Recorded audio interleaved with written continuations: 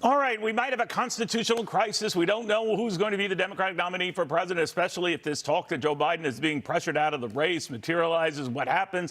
You'd think the markets would be panicking one way or the other. They're not. And how often has this theme played out? Scott Martin, here we go again. Less than 30 minutes of trading. Kind of a blasé response. What do you think?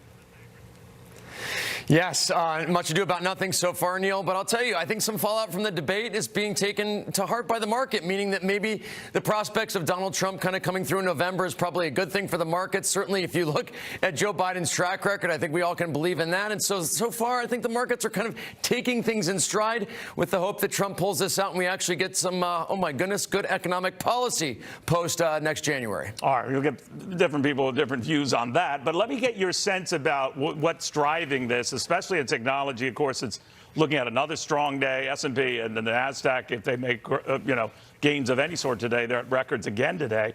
There's one analyst was saying whatever the S&P did in the first half, it's going to do again in the second half. I mean, that gets to crazy, incredible numbers. What do you think?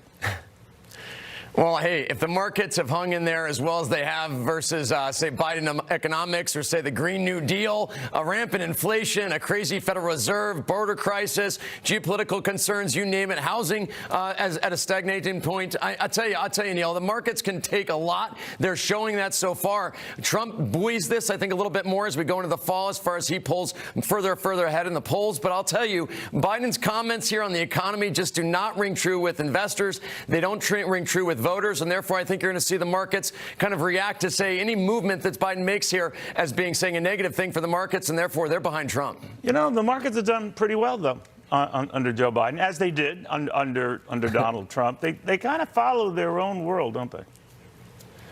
Yeah, but when you print trillions of dollars, it kind of helps, doesn't it? I mean, look, you have rampant inflation. So did the last guy, my friend. They're good at printing money. Right? Hey.